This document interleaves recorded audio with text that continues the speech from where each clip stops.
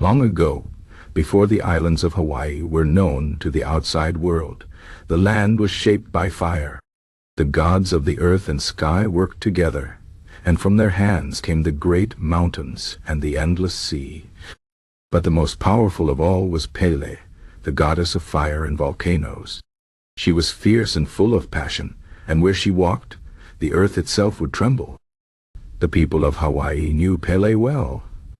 They told stories of her anger and her kindness, of how she could destroy with one breath and create with the next. But Pele was not alone in her work.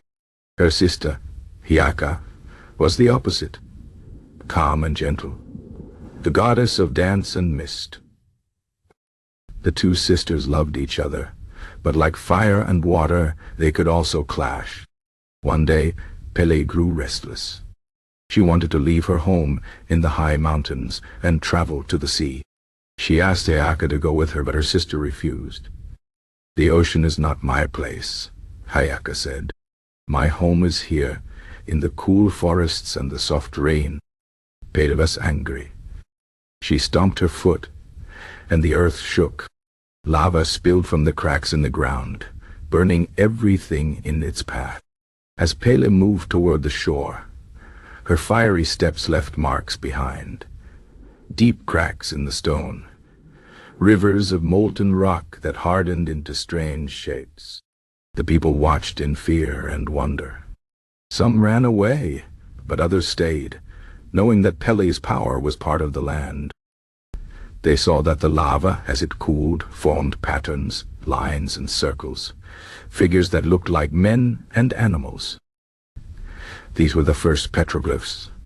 The people believed that Pele herself had carved them, telling stories of her journey.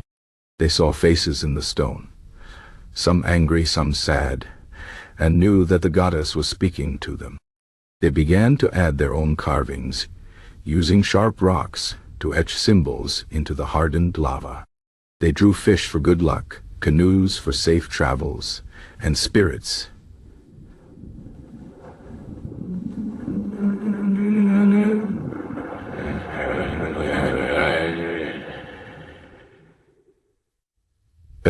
To protect their families.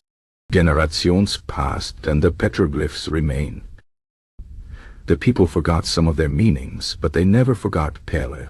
They knew that the land was alive, that the stories of the gods were written in stone. Even today, if you walk across the old lava fields of Hawaii, you can see these carvings. Some are hidden beneath the shadows of trees, others stand bold under the sun. Scientists say that petroglyphs were made by ancient Hawaiians to record history, but the elders still whisper that Pele had a hand in them.